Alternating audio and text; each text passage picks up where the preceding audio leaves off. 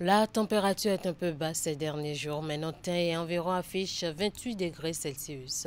Mesdames et messieurs, bonjour. Au sommaire de cette édition, la ministre de l'Enseignement supérieur et son collègue de l'enseignement secondaire continuent leur périple dans les centres de correction de copie du baccalauréat 2024. Ils étaient au centre de correction et de délibération du lycée Mathieu Bouquet de Parakou pour constater le bon déroulement des travaux, les précisions à suivre. Formation de près d'une centaine d'acteurs avicoles, c'est une initiative de l'interprofession de l'aviculture du Bénin et de la Fédération des professionnels du secteur agricole soutenue par le ministère de l'Agriculture, de l'Élevage et de la Pêche. Les détails dans cette édition. Et puis, troisième édition du tournoi Feu Paulin Tomanaga, c'est le stade de Goko qui accueille les matchs cette année. La compétition va durer 2 mois et connaît la participation de plus d'une vingtaine d'équipes retenues dans plusieurs départements du pays.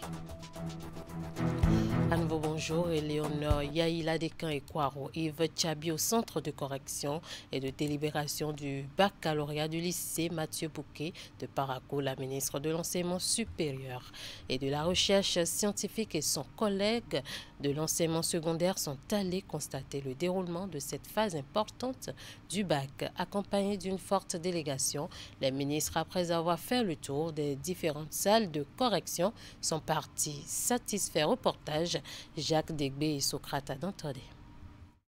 Présentement, nous sommes, disons, à 94% environ d'exécution de la tâche. Tout se déroule normalement ici au centre de correction et de délibération du bac du lycée Mathieu Bouquet de Parakou. Depuis le 1er juillet, les enseignants de différentes disciplines repartis en 9 sous-commissions apprécient les copies de 9 529 candidats. Si nous comparons aux résultats de l'année passée, nous avons fait un bond qualitatif. Tout s'est bien passé. Les correcteurs, les contrôleurs, jusqu'au secrétaire de l'ATI ont été exemplaires. Nous n'avons pas eu d'incident. Et au niveau donc du ramassage également, on n'a pas eu de problème. Les deux ministres et leur délégation ont fait le tour de plusieurs sous-commissions, échangé avec les correcteurs et à l'arrivée, ils se disent satisfaits du constat fait. C'est vraiment heureux lorsqu'on se retrouve comme ça et je partage cette joie avec vous. On est venu vous retrouver à une phase très importante et à entendre le président de la sous-commission que je connais très bien également. Eh bien, nous comprenons que vous avez fait du bon travail. Et en ce sens que, en participant à cette activité, eh bien, on s'évalue. Et c'est parce qu'on s'est évalué qu'on a vu que cette année, ça a été un bon qualitatif. Il y a également un autre enjeu, c'est le système. Qu'est-ce qu'il faut renforcer parce qu'on a des succès là? Qu'est-ce qu'il faut corriger parce qu'il y a justement des limites? Ce que vous faites contribue à cela. Voilà pourquoi il faut rester le plus professionnel possible. C'est vous qui savez faire le job, voilà pourquoi vous êtes là. Hormis les sous-commissions mathématiques, français et philosophie, toutes les autres ont achevé les travaux de correction avec une nouvelle qui devrait faire plaisir aux candidats. Oui, les flux vont tenir la promesse parce que nous sommes faits prêts. Pour ce qu'on a constaté, entendu des présidents des sous-commissions, l'évaluation qu'ils ont faite, il y a beaucoup plus mieux que l'année dernière. Et nous espérons avoir beaucoup plus de candidats à domicile. Selon les prévisions, la première délibération du bac 2024 devrait avoir lieu la semaine prochaine. La demande en matière de consommation de viande au Bénin devient de plus en plus croissante. Aussi, le gouvernement a-t-il fait l'option de mettre l'accent sur la production locale en réduisant et même en mettant fin d'ici à là à l'importation de la volaille.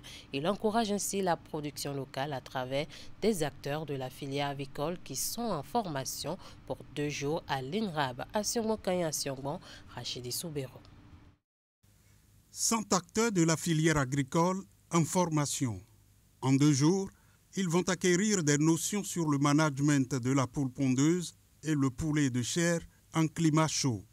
Une initiative de l'interprofession de l'aviculture du Bénin et de la Fédération interprofessionnelle du secteur avicole soutenue par le ministère de l'Agriculture, de l'Élevage et de la Pêche. C'est ce qui justifie la présente session de formation d'un grand nombre sur place en faisant venir les experts marocains de haut niveau.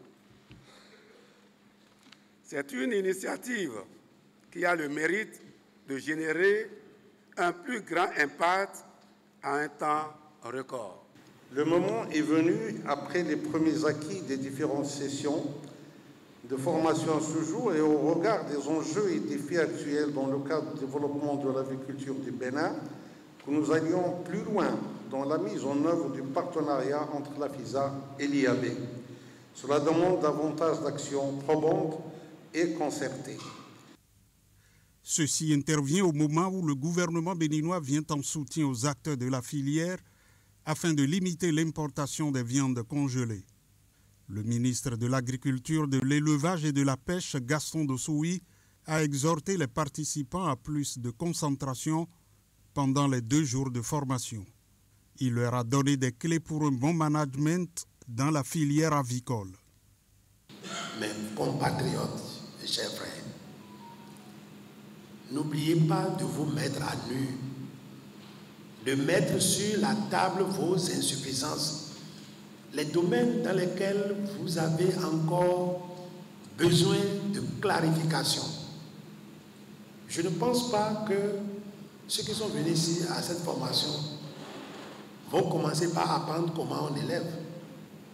C'est des gens qui sont déjà dans le métier et qui veulent monter des gradins en matière de connaissances.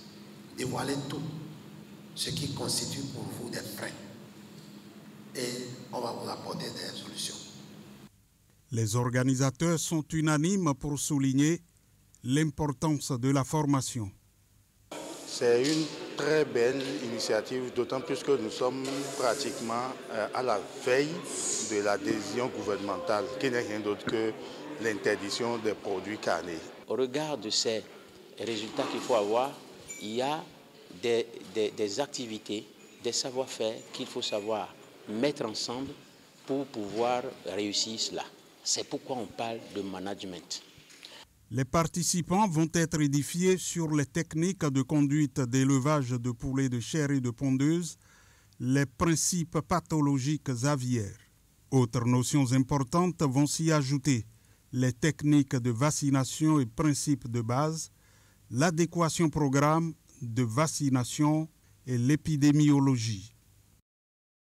Dans la suite de cette édition, les hauts responsables de l'armée béninoise sont réunis à Parakou pour un séminaire de 2 jours visant à évaluer 3 années de lutte contre l'invasion terroriste. La cérémonie d'ouverture tenue mercredi dernier a été marquée par la présence du ministre de la Défense nationale et de nombreux hauts gradés de l'armée béninoise. C'est le colonel Faïzou Goménan, chef d'état-major de la garde nationale et commandant de l'opération Mirador, qui a donné le coup d'envoi des communications avec une conférence inaugurale. Reportage Epiphane Tchabi, Sokrata Dantode. 3 ans après le lancement de l'opération de lutte contre le terrorisme au Bénin, il est apparu important de marquer une pause pour évaluer les performances des forces de défense et de sécurité à travers l'opération Mirador. Depuis lors, cette opération fait face avec honneur et bravoure aux attaques des groupes terroristes afin de contrôler toute la zone septentrionale et protéger les paisibles populations. À Parakou et pendant les 2 jours que dure ce séminaire d'évaluation, les responsables des différentes unités impliquées dans l'opération Mirador, sous la coupole de Fructueux Baguédé, le chef d'état-major général de l'armée béninoise et du ministre délégué chargé de la défense nationale vont évaluer les opérations menées, identifier ses succès et ses défis et formuler les recommandations pour renforcer l'efficacité des opérations futures. Il s'agit de lever le voile sur les acquis de l'opération, mais également présenter ces défis, proposer des alternatives réalistes et raisonnables à travers une tactique adaptée pour une opération Mirador plus efficiente. Il me paraissait donc important de rappeler cette petite parenthèse qui nous permettra dans la suite de nos échanges de comprendre d'où viennent nos difficultés, mais aussi et surtout d'apprécier à leur juste valeur les efforts consentis en si peu de temps pour obtenir des résultats aussi encourageants. Ce colloque organisé avec l'appui de la Fondation Konrad Adenauer va aussi permettre de rechercher des solutions pour rendre plus efficiente l'opération Mirador. Et dans cette lutte implacable contre le terrorisme au Bénin, l'opération n'a cédé aucune place de territoire aux groupes terroristes. Ce séminaire, initié par le chef d'état-major général des forces armées béninoises, revêt une importance particulière car il nous offre l'opportunité de faire le point après près de 3 ans sur les stratégies et les actions mises en œuvre jusqu'à présent. Il s'agit non seulement de dresser un bilan de nos réussites, mais aussi de reconnaître nos faiblesses et d'identifier les moyens d'améliorer notre lutte contre le terrorisme. Vu l'importance de ce séminaire, je vous engage à y mener des dialogues constructifs et des réflexions approfondies pour aboutir à des propositions et recommandations concrètes. En plus du haut commandement militaire, prennent part à ce séminaire d'évaluation l'état-major de l'opération Mirador, l'ancien chef de l'opération de lutte contre le terrorisme au Bénin et autres acteurs. Il est attendu de ces derniers l'identification de nouvelles stratégies pour contrer la menace terroriste dans notre pays. L'association Jeunesse Défi 2020 organise la 6e édition du projet Culture de quartier dans le 3e arrondissement de Cotonou. Une initiative de Valère Ndianoukon dont l'objectif est de permettre aux jeunes de cet arrondissement de s'occuper pendant les vacances, de s'épanouir et de leur apprendre des métiers d'avenir à travers des formations. Au moins 300 jeunes participent à cette initiative qui va durer environ 1 mois. C'est le chef du 3e arrondissement représentant le maire de Cotonou qui a officiellement lancé les activités de cette 6e édition de culture de quartier. C'était à l'ancien siège du 3e arrondissement à Akpakpa. Les détails de la cérémonie de lancement dans ce reportage de Ouliat Sanoussi et Henri Ganti. La 6e édition du projet Culture de quartier est lancée ici dans le 3e arrondissement de Cotonou. Des jeunes filles et garçons vont se faire former pendant 1 mois à des métiers tels que la coiffure, le make-up, la photographie, le chantournage, le maraîchage. Le projet est initié par l'association Jeunesse Défi 2020, dont le président a été un bénéficiaire en 2002 avec l'UNESCO à travers une organisation de la place. Depuis lors, nous avons estimé qu'il faille et qu'il est nécessaire, même impératif, que nous passions la main à la génération qui vient. D'où l'initiative depuis 2019 de permettre à des jeunes, à des apprenants, à des étudiants, à des élèves et même des déscolarisés, voire des ménagères, de profiter de ce projet appelé Culture de quartier qui consiste à les rassembler au sein d'un creuset pour leur donner des formations à des métiers pratiques demain. En 2019, 80 jeunes étaient inscrits au projet, mais 45 en ont finalement bénéficié. Aujourd'hui, ils sont au nombre de 300 à s'inscrire. Occasion pour eux d'adresser leur gratitude à l'association Jeunesse Défi 2020 et surtout à son président qui leur permet de mieux passer leur temps de vacances à travers ces différents ateliers en collaboration avec les collectifs des artisans. Grand est notre choix de nous retrouver dans ce creuset de formation des jeunes aux métiers pratiques de main. Au nom de tous les apprenants ici présents, je prends l'engagement de suivre rigoureusement et fidèlement cette formation pour un avenir meilleur de notre nation. Vous les apprenants qui avez accepté venir dans nos centres de formation pour apprendre, je vous dis félicitations. Et en même temps, je vous dis nous avons les bras ouverts pour vous accueillir. Depuis sa mise en œuvre, la mairie de Cotonou accompagne le projet de la plus belle manière. Le chef du 3e arrondissement et bien d'autres partenaires soutiennent également l'initiative. Ils sont ici remerciés par le promoteur dont l'engagement pour l'épanouissement de la jeunesse est apprécié et salué par tous. Nous, chefs quartier, nous lui apportons nos soutiens parce qu'il veut aider la jeunesse à se prendre en charge. C'est ça la réalité. Merci de prendre ça au sérieux, les jeunes. Votre président porte bien le nom de l'association qui est Jeunesse Défi. Il relève chaque année un défi. Parce qu'il n'est pas donné à tout le monde de faire ce progrès en si peu d'années. Cela prouve qu'il fait du sérieux avec vous.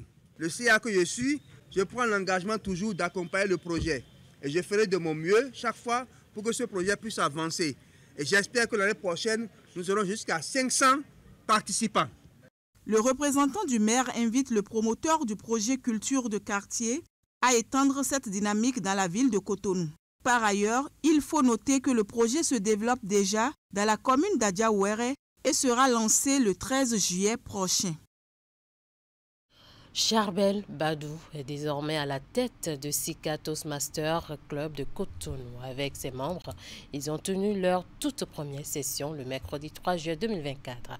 En présence de plusieurs invités, les membres Toastmasters ont démontré leur savoir-faire en matière d'art oratoire et de leadership.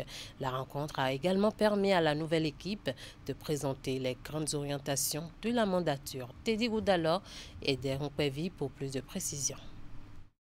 C'est déjà l'ère de l'impact au sein du club Sika Toastmaster International de la division A, District 130. Cette première session des membres donne lieu à l'installation du comité exécutif présidé par Charbel Badou pour le compte de l'année 2024-2025.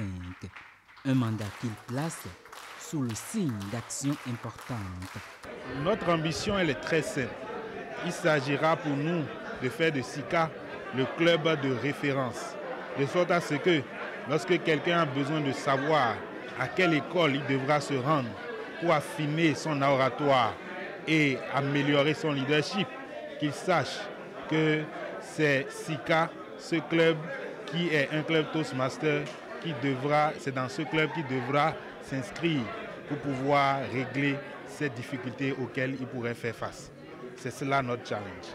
Durant la rencontre, l'assistance a eu droit à la présentation et l'adoption des grandes orientations de la mandature.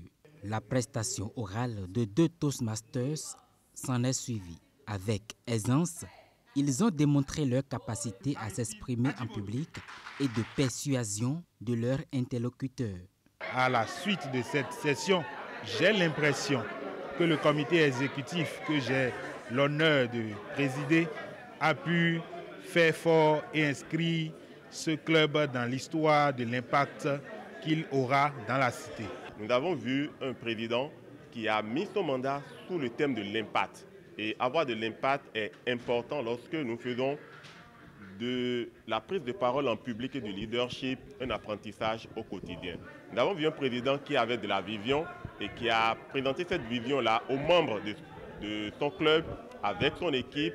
Et ces ambitions sont spécifiques, mesurables et atteignables dans le temps. C'est ce que nous recherchons lorsqu'on est des leaders, apprendre à gérer le temps, développer une vision précise et contribuer au développement des autres est très important. Nous félicitons le club Sika qui a pris la mesure de la chose et a affiché des objectifs clairs, précis, avec des moyens surtout pour atteindre ces objectifs au cours de la mandature.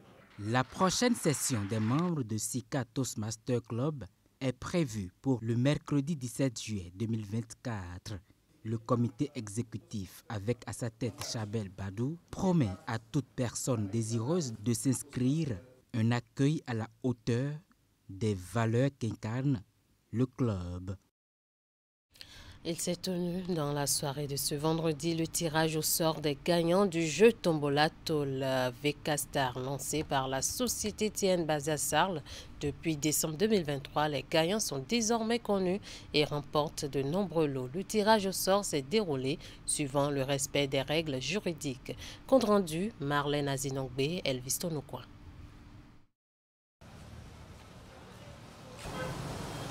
La société TN Bazar Sal, spécialisée dans la vente de tôles ondulées et autres articles, a lancé du 1er décembre 2023 au 31 mai 2024 le jeu Tombola Tôle VK-Star pour faire gagner à sa clientèle de nombreux lots.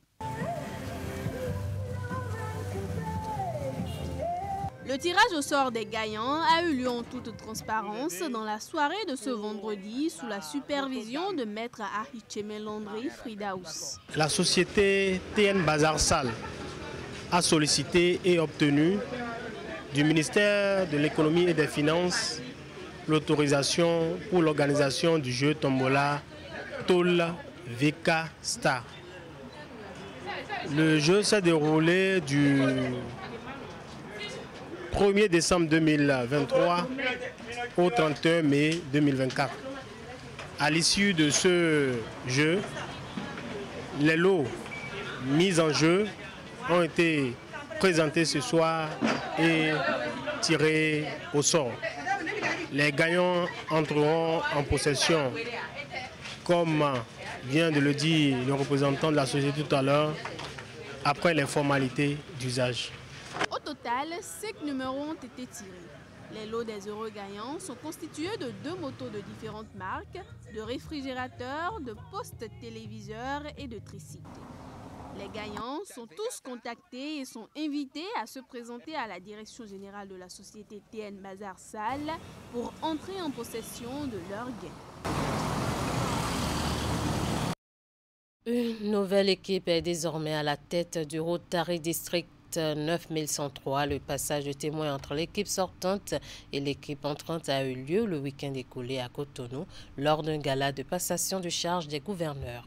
Une cérémonie qui vient sacrifier à la tradition au Rotary International qui, chaque année, procède à un changement d'équipe. Retour en images sur cette soirée avec Henri Ganti et Maël Leroubelou.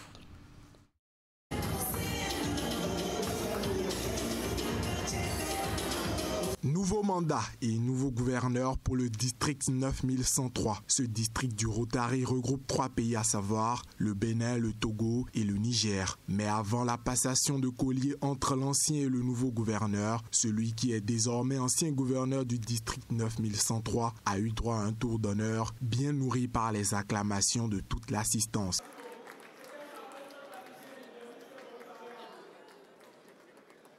Je suis venu ici à cette tribune en tant que gouverneur, mais j'en repartirai en vaste gouverneur. Cependant, je serai toujours là, prêt à servir, prêt à aider et toujours prêt à garder ma simplicité. Ce fut un honneur et un privilège de travailler avec vous tous. La magie du Rotary, c'est le thème de l'année rotarienne en cours. Mais celui qui avait bien plus d'un tour dans son sac, c'est lui, Charbel Stone le magicien. Quand on organise une fête très importante, on couvre le verre, on claque le verre devant la tête de l'autre verre. Mais attendez, ce n'est pas le plus important. Moment solennel durant cette soirée, l'ancien gouverneur, par ce geste de port du collier, a transmis à son successeur ses attributs. La magie du Rotary, ce n'est pas faire apparaître le vin et faire disparaître le verre. La magie du Rotary, c'est la capacité de voir au-delà de l'ordinaire, de croire en l'impossible et de réaliser l'inimaginable. C'est dans chaque sourire que nous apportons. La magie du Rotary, c'est chaque joie que nous apportons dans chaque vie. Et la magie du Rotary réside aussi dans nos actions qui transforment nos communautés.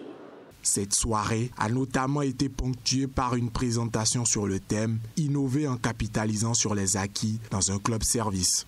Notre organisation doit conserver ce qui a fait sa force. On ne réinvente pas la roue. De belles et extraordinaires choses ont été faites par tous ceux qui ont été là, qui ont travaillé.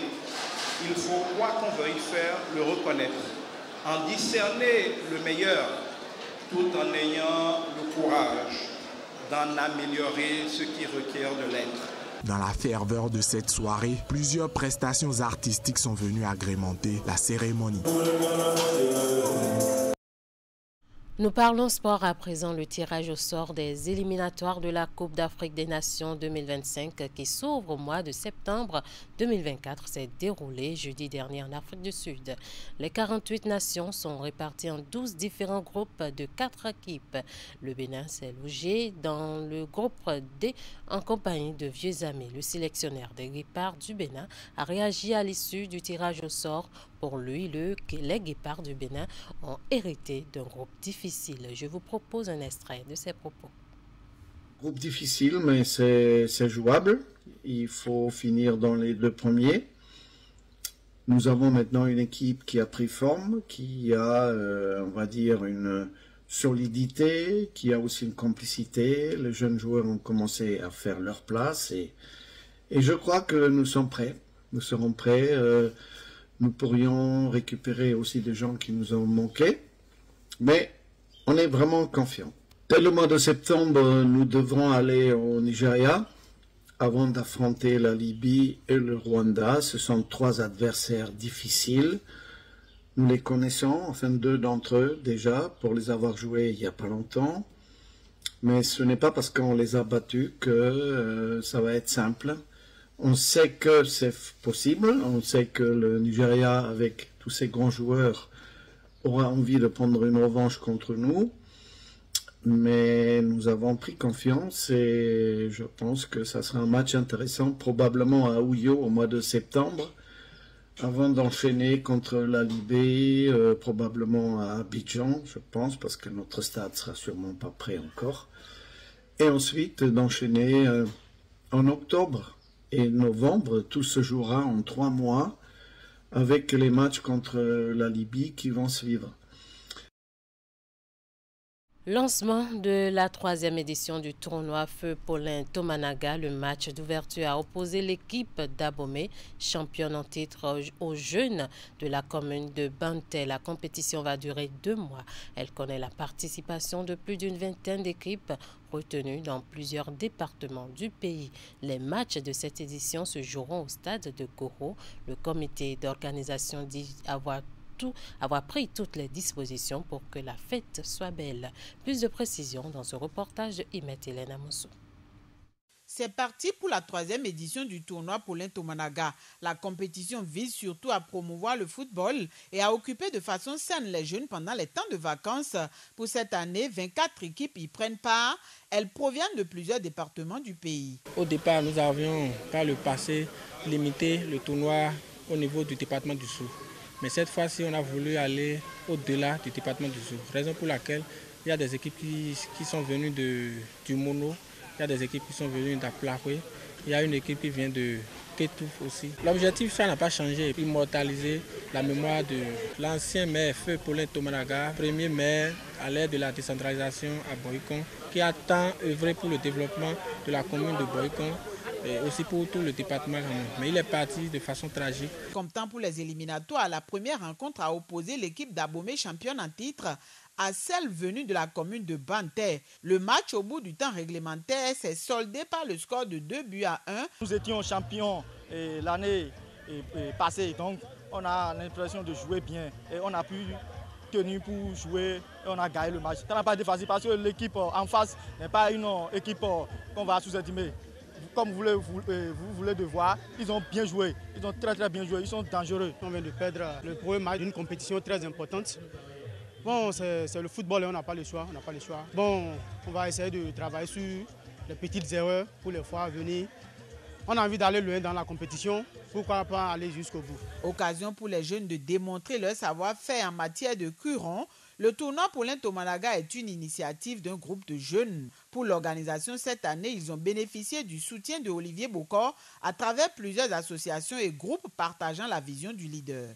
Tout ce qui marque la présence de notre leader, l'Association nationale des jeunes chrétiens du Bénin, vient toujours pour soutenir, pour accompagner. La jeunesse qui se retrouve pour faire du sport, pour jouer au football, c'est important. Et puis le tournoi qui nous réunit ici, c'est le tournoi Paulin Tomanaga, un tournoi qui a été initié depuis bientôt 3 ans. Il était important de soutenir l'organisateur principal. Tout comme l'année dernière, les matchs se joueront sur le terrain du stade Omnisport de Goro. Les populations ainsi que les fans du football sont invités à faire massivement le déplacement pour soutenir les différentes équipes. Et voilà qui marque la fin de ce 13h au Bénin. Merci de nous avoir suivis. Merci à toute l'équipe de rédaction, de réalisation et de diffusion. Passez un agréable week-end en compagnie de nos programmes.